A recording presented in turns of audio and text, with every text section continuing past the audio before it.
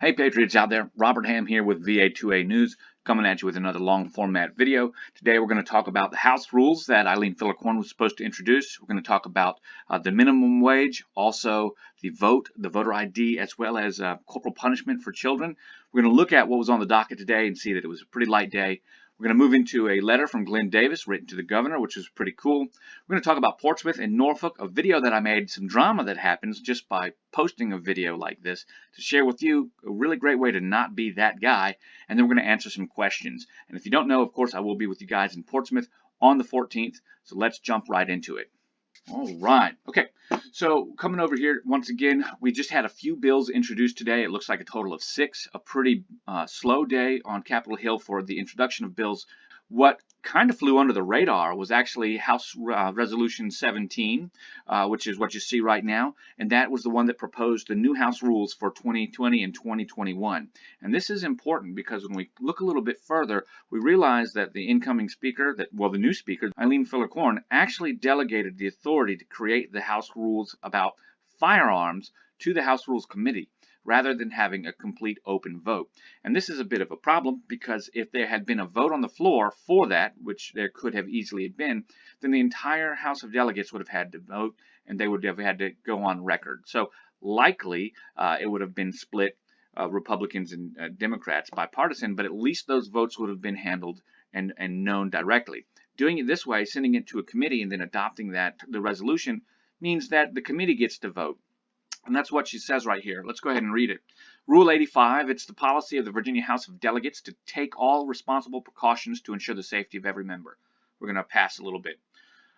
In keeping with this commitment, the House Committee on Rules will establish, by majority vote, a formal policy on the ability of members, staff, guests, and visitors to bring firearms into those areas under the legal authority of the House of Delegates, including but not limited to the Capitol, the House Chamber, and the Pocahontas Building. So as you can see right there, Eileen Fillicorn introduced, and this resolution was passed 55 yes to 45 no. Just in case you didn't know, there are 55 Democrats and 45 Republicans in our House of Delegates. So it looks like it was a partisan vote right here. And we can see that by doing this just completely jumps over any real accountability. So the Democrats didn't have to go ahead and go on record saying you can't have your guns. They got to send it to a committee, and the committee can go on record and saying that for everybody else. So it kind of like moves the thermometer, kind of tips the edge a little bit. It's just sneaky and shady. Why not have the vote out and open? Okay, this was already agreed upon, which means that at any point in time, the House Committee on Rules can bring this information up and make that rule. And we don't have that rule right now because they haven't passed it, or they haven't proposed it yet, and they haven't talked about it in committee yet. So as of right this moment, everything is still the same as far as carrying of firearms up on the capital region. However, the moment that this passes in the committee, it will change, and that will probably be loud and clear, but this was even kind of soft-spoken the way it was done. I had to actually look to find this today. I'm just saying, keep your eyes out. Let's move on from there. Because it's slow, we're going to talk about voter identification. Now, this is important. Okay, so a lot of voter fraud and election rigging happens when dead people get to vote. Okay, this goes on all over the place where people get to vote twice, so they bust people in. It's important to have a good working registry with an identification for voting. Voting doesn't it doesn't show which way you voted, but it does make sure that the actual electorate knows who will vote and who's registered to vote, so that you can have an authorized and certified vote, so you can make sure that your vote actually counts. Taking away the identification requirement of a photo ID, like your driver's license, a government ID I should say, completely negates all checks and balances on having an accurate vote. And here it is. But they talk a whole lot about you don't need an ID to vote. All you do need a copy of a current utility bill, a bank statement, a government check, a paycheck, or other government document that shows your name and address of the voter. This is still pending. It has not yet gone to the floor for a vote. But if this passes, that makes it easier to cheat. Okay, so if you believe that there was some election rigging and some voter fraud, this makes it much, much harder to find, because now, yeah, Bob Smith was there, but Bob Smith was also there. But there's lots of Bob Smiths, right? So Bob Smith could be in both places at once. Sure, this is crap, okay? And we really need to be on top of this. Next thing is the minimum wage increase of $10 per hour July 1st. Yay, great. All the way up to $15 per hour by what, 2025 or 2024? Something along those lines. The issue with increasing the minimum wage is a bigger issue. And it depends on where you want to talk about how the economy plays out and everything. But the reality is, I think it's much better just to let the actual market drive the price. Okay? That's where it gets down for me. But they've gone further, and what they're trying to do is raise a standard of living or something specifically for people that work in specific professions. They talk about caddies and people that might be tipped more, or people that work more on tips, to raise their minimum wage. And I can understand the argument about that, right? Like a lot of my clients are actually from overseas, and they come around here to have their wedding done. They might be here. And I talk with them about that, and it's interesting that they tip around here because they don't tip over in London or whatever, because the actual price of the meal is different and higher, and includes a different wage for the waiter. Now, I don't necessarily know that I care about all that or not. I know that back when I was in high school and in college, and even sometimes moonlighting when I was a soldier, I would work tables and stuff like that and make some extra bucks. I just see these jobs as jobs is that the way that our economy is set up, and it's been working fine. I don't think that we need to go ahead and put the burden on the employers when you have willing people to work it at the current rate. I think that the market, once again, should drive itself. But what do I know? And what do you know? Okay, Senate Bill number 32. This one's scary. Okay, this one is about capital punishment for your children, specifically corporal punishment of a child with an object and a penalty. Now, the penalty is the problem. First of all, I'm a Christian man. I believe that I should discipline my children. Every once in a while, that might include a pop. That's at my discretion. It's not the church. It's not the states. It's not the churches. Nobody else. It's mine. And Mom and I do what we do because we are on the same page, self-policing. The government stepping in and telling you that you can't spank your child or switch them or something like that is a problem. I grew up with a switch and a belt. I got it when I did stupid things, and I'm all the better for it, okay? I didn't have any broken bones and stuff like that. This is not a case that they're talking about of child endangerment. They're just talking about someone that uses any inanimate object to spank the kid, and that's a bit of an issue. And when the person is charged with this offense under this section, the court can actually charge them if this their first time, but they can actually let it go and just give them a parenting class instead. So now we've got state-issued parenting. But more importantly than that, check this out. Did you see that? It's a class 4 misdemeanor. All of the gun violations that we've seen with the assault ban and everything has been class 6 and class 5 felonies. And here we have a pretty high misdemeanor when you think about it. This is the state getting in the way of how you raise your children, and it needs to be gone. If you got a problem with breaking your kids' bones, you're going to be found out other than just giving them a spanking. And if you are breaking your kids' bones, you do have a problem. Discipline should not be intended to harm. See, that's the issue. Discipline is determined to teach. It's supposed to be a teaching lesson, not a harming lesson. And the use of the pain instrument is for teaching. It's not for harming. But that's definitely a completely different thing than breaking your kid's bones and sending them to the hospital and slamming their head into the wall. Those are problems. I don't have any issue with that. I do have an issue with this because it makes using a belt to pop your kiddo a problem. That's the first thing. Let's go ahead on into that letter from Glenn Davis. Now, I got this letter from a friend that sent it to me that wanted to share it with me. I don't believe that there's anything improper about sharing with this. I believe it's a public letter. But this is a letter from Glenn Davis, and he's a delegate in Virginia, and he's sharing with Governor Northam in about 7 or 8 paragraphs his concerns for the constituents in his area, as well as sharing a story about something. It's really a nice, heartwarming story that he shares. I enjoyed the read. Anyways, it's hard sometimes to attach things to YouTube videos. So just pause it here if you like, and you can pause it there to read the other one. The concern that I have with this is it's falling on deaf ears. Glenn Davis, I've got no issue with his support of the 2A and stuff like that, and I like the fact that he wrote the letter.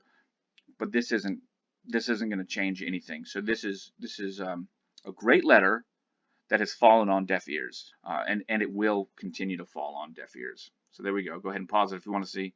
Now, I want to get into some ridiculousness, and I'm going to just play this in the background. So I was asked to make a video today, and I made a video, and then another person asked me to make a video, and I made a video, and I shared it. And I had no problem doing that. That was great, and made a little short video. And then I have this joker. Now this is a don't be that guy. This is all public. This is not anything that you can't see. You can see his whole name, Aaron Yonk, whatever he is. We'll go to his Facebook page in just a minute. But he sits here and he tells me it doesn't cost me anything to make videos. Okay, I don't have any idea where this is from. And I say, yeah, it does. It's time is money, knowledge is money, work costs money. And I don't see you doing it. When I make these videos, I do have to stop everything that I'm doing for my professional work and make the video to bring them to you. And I encounter these kinds of guys all over the place. The big talk, the do nothing, the want to argue, like throw a rock at the guy's window that's doing something. And I'm just making videos for you all. But he's upset because I've got a PayPal link. And so then he goes on to say, then he says, ha, you're a liar, trying to rip off people. You're no better than a panhandler using your platform to promote and help you make an extra few bucks. And I told him, haha, good luck with that. There's more to this, but you have to understand, yeah, if you wish to support what I'm doing through the PayPal link, I'm happy for you to do that. I'm not charging anybody for these videos. It does take me time to do them. The first video that I put up, which was 30 seconds, took me 3 hours to do. I had to go grab the media, had to bring it in, master it, put it together. I had to think of the idea. Someone just called me up or sent a little text out and said, hey, Rob, I want this. Can you do it? I don't work for them, but I did it because they asked me to. I stopped everything that I was doing, emails, phone calls, in order to get that out to them because that's how important it was. And so here you've got this guy, this one right here. You can see him. Look at him right there. That apparently went up in front of, and I remember, I saw him, went up to the city council and thought he did this huge thing, which I'm glad that he went and spoke, stumbled and stuttered and everything else. Okay, he's not even 21, right? He's probably 18, 19, maybe close. He's got his shotgun there, thinks he's Mr. Cool, and he's mad at me for making a video because he thinks I didn't do it. He doesn't even realize, he tells me later on that I'm not doing anything. This is how I talked about the lady with blinders, Michelle, the blinders. They're on so tight, they're not even looking. They don't even see what's in front of them. That's what it is. I was there and saying that I'm not doing anything. He goes on to say, you made a 35-second video. You threw a dark overlay on it and a few blocks of information, a whole 10 minutes of work. No, it wasn't. And people should donate to you. Wow, LOL. Okay. So I told him, I said, it's so simple, real simple. Why don't you go do it, big boy? And I'm poking at him because he's a fat fuck, right? That's my opinion. Because why? Why have this kind of communication? But the movement needs all the support it can get, so go ahead and make your own video. And then he says, I'm already doing my part, sweetheart, because he likes me so much, because we're friends now. I don't see you reading your speeches to any other city councils. You see, that's my point. Blinders. I'm not. My job in this whole thing isn't to make a speech to the city council. And I guarantee I'm more eloquent than this guy. However, he's so busy thinking he did something so special. He's part of the I Got a Trophy movement. You understand?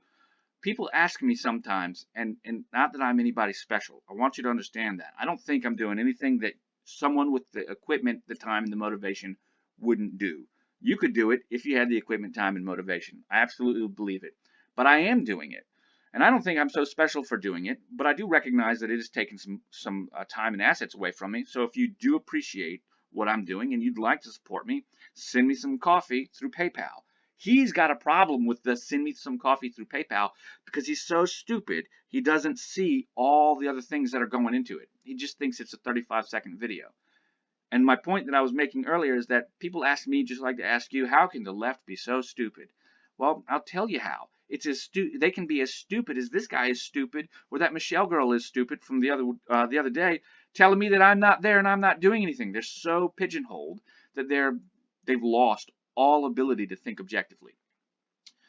But I told him, I said, okay, good, keep making your 3 minutes. I saw you on VB. I was there. I'm in the media box, and I was recording it all. I said, tone yourself down and work on you. Do your own thing. I'm good. I don't need your advice. And that's my belief. I don't need his advice, but I'm engaging with him because sometimes sometimes it's enjoyable just to have this back and forth rhetoric, just to see how far down the rabbit hole this idiot will go. And of course, it's my opinion that he's an idiot. He could be a genius, and we just don't know. And then he says, oh, work on me? I'm good, bro. But I didn't let it go. I told him, I said, good. Then stay in your lane. I'm egging him on. I said, only insecure people pony up to all others. I said, it's a sign of immaturity. Go ahead and learn from it. See, this guy's tough behind the keyboard. You know, lots of people are tough behind the keyboard. I'm at all of these rallies. Anyways, he says, okay, guy. And then he sends me the aye, captain. And that's right. Good. Good to recognize it is what I tell him. This mindset is ridiculous. Now, he was butthurt on that, guys. I got to tell you. He was so butthurt that he chose to go over and write a nasty recommendation. The only thing this guy's missing is a top knot. You know what I mean? I mean, you could see it, right? The only thing he's missing is a top knot. Now, he may be well-intentioned, but he's got no manners, man. And so he writes a review. When confronted about why Va2A asked for money to pay for videos, they responded with, time is money. The page is clearly trying to use their platform to make some extra money. That is shallow. Well, we go on. I told him, I said, instead of crying here, get your own camera, invest your own time, make your own videos, and work on yourself. I haven't charged anyone for a video, but you're too ignorant to have even asked that before you accused me. That's the problem. I do have a PayPal link for people that want to support my efforts, but it's a far cry from charging for a video, which I never did. So yeah, work on yourself. And we go back and forth a few more times. I'm going to end it up there.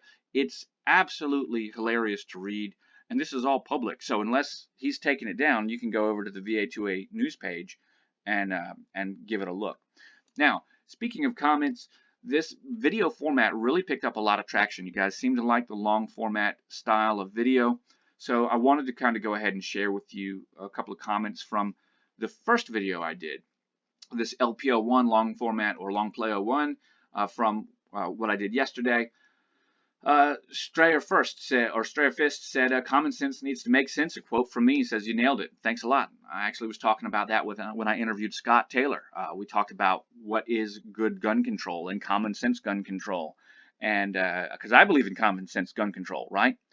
Those of you who are like Aaron, the idiot out there, understand that was sarcasm. There is no such thing as common sense gun control. Common sense gun control needs to make sense, which most of the time it doesn't.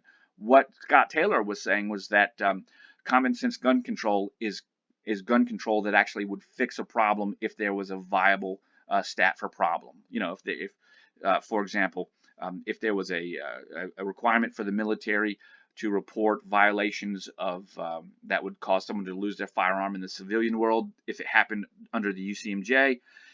If the process of reporting that to the civilian world doesn't happen, so the person still maintains their firearm, that's a common sense gun measure that you can fix, because it would make sense that if you were unfit to carry your weapon in the military and you had been adjudicated by a trial to be unfit for whatever reason, that you probably should not be able to carry the firearm in the civilian life as well.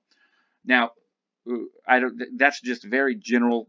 My point was try to illustrate and paraphrase what he was talking about. You can go watch that interview on the January 6th in Virginia Beach episode that I put out. It was like 38 minutes. About halfway through, you'll see that complete coverage. Halfway through, you'll see Scott Taylor and have an understanding of what I'm talking about. Let's go on some more. LP says, hey, I'm loving the content. Please keep it going. I love the long formats. I watch them while I'm at work. Hey, I'm glad that you can watch it while you're at work. I hope you don't get in trouble, but thank you for the shout out. I appreciate it. The Virginia Patriot, he says, yeah, you're the best, brother. You do the best to spread the word on your channel, and he'll try to spread it in the echo chamber that YouTube has created. Yeah, I get that too. A lot of these ideas are bouncing off one another, but that's also how we kind of get the word out so that we know what's going on. So let's keep that going. But speaking to the echo chamber, let's make sure that when we hear information, we're putting an objective mind to it so that we're not just parroting what we hear. If you think about it and you disagree with it, make sure that you say something. You'll notice in the interviews that I do with people when I get them on the ground, I like to ask questions that just make them give me a negative response. For example, Mr. Gade, Daniel Gade, when we were speaking on January 6th at Virginia Beach, I asked him a question and I made a statement about the hot-headedness of people in the crowd, and that was able to give him the response to see if he would go along with it, which he didn't. He gave the nice right response after that.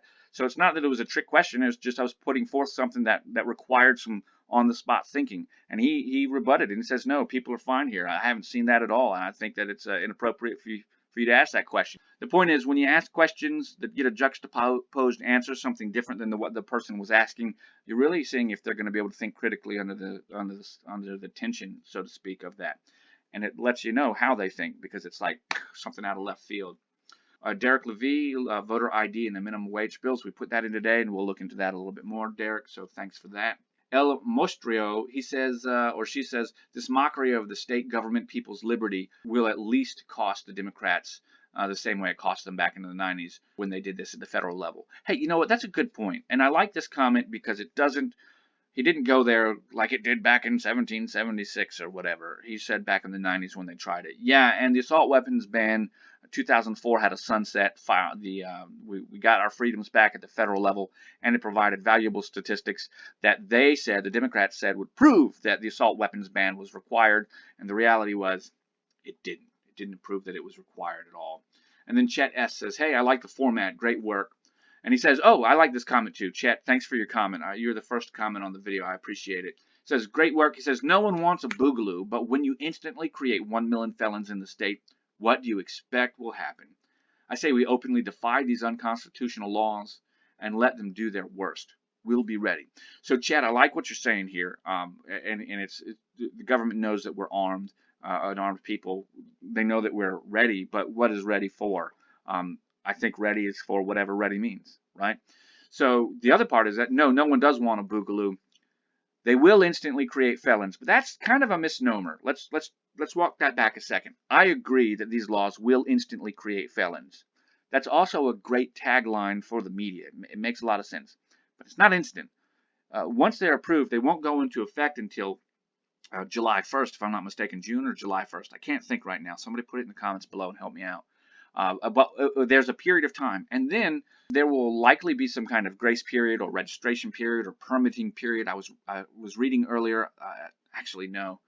Yeah, I got to look into that permitting period. So there will be a period of time so that you have to get the firearm or whatever out of Virginia. Now, I don't like any of that. Once again, don't be an Aaron Yonk, okay? Don't be a Yonk. Don't be a Yonk. I'm not saying that I'm okay with this. What I'm saying is that we say instantly overnight, and what we really mean is that the law will happen. People will be a felon if they don't do something with those firearms by the time the law goes into effect. I don't like that. I'll stress that again. I think it's a bunch of crap. We didn't ask for these laws. We didn't need these laws. Before the Democrats were elected in November, none of this was an issue, and we didn't have any problems. And now all of a sudden it's an issue because why not?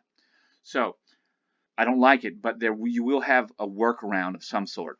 It is true that when the bill was originally passed, SB 16, or originally pre-filed, people got scared because it didn't have any of the updated information in it, or we didn't have any clarification on it. And now that it's going into the Senate into the House and everything, as it will be debated, we'll get to see some more. Okay, so that's that. That's the news for today. That's the update. I hope that you have enjoyed it.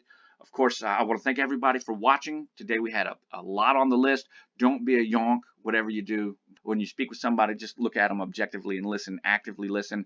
I did have a chance to speak with Vincent Smith the other day. I hope you saw that interview. If you didn't, I asked him a real simple question. I said, how do you go about talking to someone that's opposed to your side? And he says, you got to use a little bit of honey. You can't be argumentative. If they're a cat on a fence, if you run at the cat's going to go the other way. I thought that was a really great point.